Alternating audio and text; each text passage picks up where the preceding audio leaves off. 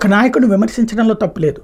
Subject లేదని విమర్శించవచ్చు, ప్రణాళిక లేదని విమర్శించవచ్చు, వ్యాఖ్యానించడం చేత కాదనొచ్చు, అలాగే దేశానికి సంబంధించిన అవగాహన లేదని చెప్పచ్చు, లేదా బాధ్యతాయుత తత్వం లేదని చెప్పచ్చు, లేదంటే ప్రచారపు దొరదుందని చెప్పచ్చు. వీటన్నిట్లలో ఏం మాట్లాడుకున్నా తప్పులేదు. ఎందుకంటే అది వ్యక్తిగత హింస అవ్వదు, వ్యక్తిత్వ హననం అవ్వదు.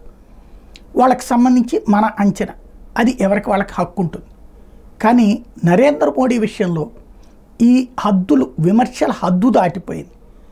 తాజాగా జస్టిస్ మార్కండేయ ఎవరైతే కట్టు గారు ఉన్నారో ఇంతకుముందు, ఆయన ఒకప్పుడు ఈ మీడియాకి సంబంధించినటువంటి దానికి కూడా జ్యుడిషియల్ పాత్ర పోషించారు.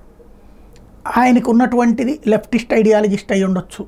జడ్జీలకి కూడా ఐడియాలజీలు ఉండటంలో తప్పు లేదని వాదించిన వాళ్ళల్లో ఆయన కూడా ఒకరు. తాజాగా కన్యాకుమారిలో నరేంద్ర మోడీ ధ్యానాన్ని ఒక గాడిద ధ్యానం చేస్తుంటే మీడియా అంతా చూస్తోంది, చూపెడుతోంది అన్నటువంటి కోణంలో ఒక కార్టూన్ని ప్రొజెక్ట్ చేశారు. ఆయన వేసి ఉండకపోవచ్చు, ఎవరో వేసింది వాడుండొచ్చు. విమర్శ అనేటువంటిది అది హద్దు దాటిందా కాదా అన్నది ఆయన ఆత్మవిమర్శ కాదు, దాన్ని సమర్థించే వాళ్ళు కూడా ఆత్మవిమర్శ చేసుకోవాల్సి.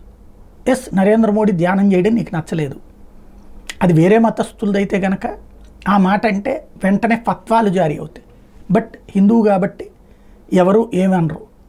చివరికి గాడిద బొమ్మ వేసిన విమర్శించారే కానీ తలకాయలు పగలగొట్టలేదు. అట్లాంటి హింసాత్మక చర్యలు జరగాలని కూడా కోరుకోను. కాకపోతే చదువు ఇచ్చిన సంస్కారం చచ్చిపోయిందా, లేకపోతే సంస్కారం అన్నటువంటిది లేకుండా కూడా ఇట్లాంటి వాళ్ళు న్యాయస్థానాలలో న్యాయమూర్తుల స్థాయి దాకా వెళ్ళారా? ఇదే ఓ సందేహం.